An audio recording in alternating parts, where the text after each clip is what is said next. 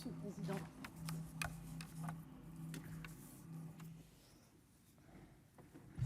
Monsieur le Président, Madame la Ministre, Monsieur le Président de Commission, Madame la rapporteure, chers collègues, nous voici arrivés à la fin du processus d'examen de la proposition de loi sur l'aide universelle d'urgence pour les victimes de violences conjugales que j'ai souhaité, avec l'aide de mon groupe, porter au débat devant le Parlement.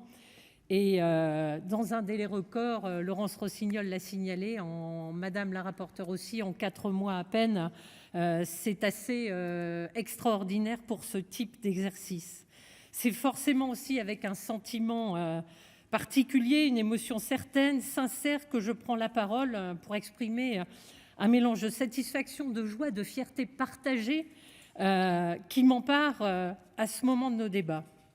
Qu'une initiative de terrain qui s'est construite grâce à un travail nourri par les professionnels de mon territoire, à l'expertise de nos administrateurs qui ont su, à travers d'échanges, d'expériences, d'expertise, traduire une volonté d'aboutir à un texte adapté à la réalité quotidienne que vivent les professionnels dans leur action auprès des victimes de violences et bien évidemment aussi trop souvent de leurs enfants.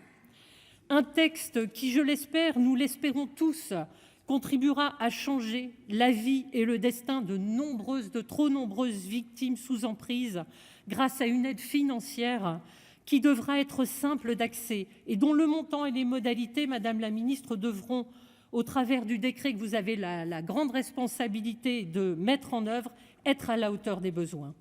Une aide universelle qui pourra prendre la forme d'une aide non remboursable ou d'un prêt partiellement ou totalement remboursable. Vous en avez changé les mots, Madame la Ministre, en remplaçant cette notion de prêt bénéficiant de remise totale ou de réduction en un don, une aide non remboursable ou un prêt sans intérêt. Le but, vous en conviendrez, est le même, c'est un soutien financier ambitieux, accessible, rapide et lisible, facile d'utilisation par les professionnels, permettant de libérer de l'emprise financière de leurs bourreaux celles et ceux qui en sont victimes pendant une période nécessaire pour rétablir les droits de ceux qui les ont perdus de cette absence de financement dans l'urgence. Il n'y a pas de classe, pas de milieu, pas de génération, pas de situation socio-professionnelle qui soit épargnée par cette triste réalité des violences au sein du couple. L'universalité était donc essentielle à mes yeux, à nos yeux. Peut-on exclure une femme salariée privée de ses propres ressources, une jeune de moins de 25 ans qui n'a pas de droit au RSA, une personne retraitée? Non. Et donc ce dispositif imaginé, universel et rapide, visant à n'exclure aucune victime, quelle que soit sa réalité, était indispensable. Merci Madame la rapporteure, merci aussi à Monsieur le Président, vous saluerez aussi Madame la Présidente, pour l'écoute attentive qu'a eue la Commission et bien évidemment aussi nos collègues pour entendre, nourrir, enrichir des amendements divers de l'investissement de nos collègues sur ce texte. Votre écoute, vos avancées n'ont fait que renforcer encore la portée de ce texte.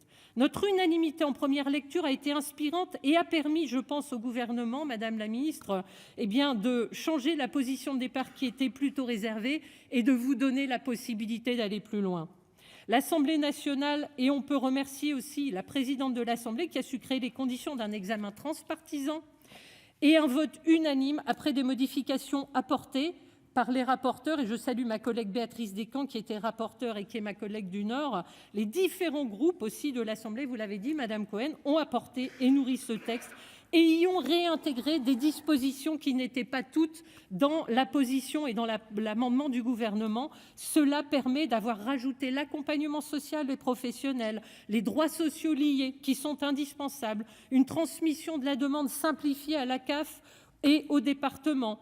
Et aussi, Madame la Ministre, vous remercier évidemment d'avoir maintenu la possibilité de se retourner sur l'auteur des violences pour le remboursement ou encore d'avoir levé les gages pour la familialisation et possibilité aussi donnée à la MSA de gérer ses propres ressortissants. Unanimité au Sénat et à l'Assemblée, cela montre que même dans les périodes de tension, l'intérêt général et la portée des sujets tels que celui qui nous réunit transcendent les courants et montrent le sens des responsabilités de nos assemblées. C'est un bel exemple dans les moments que nous vivons.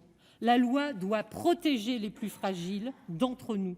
Ce principe essentiel m'a toujours guidée et si vous êtes là à cet instant et si vous tenez ces propos, c'est bien parce que vous le partagez et que vous le défendez tout autant que moi.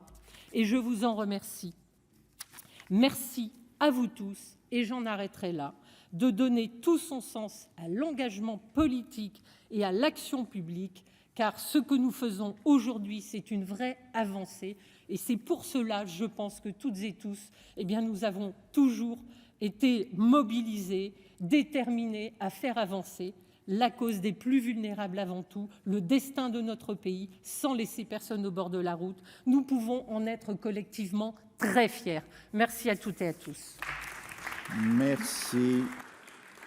La parole est maintenant à monsieur Éric Gold pour le groupe RDSE pour 4 minutes.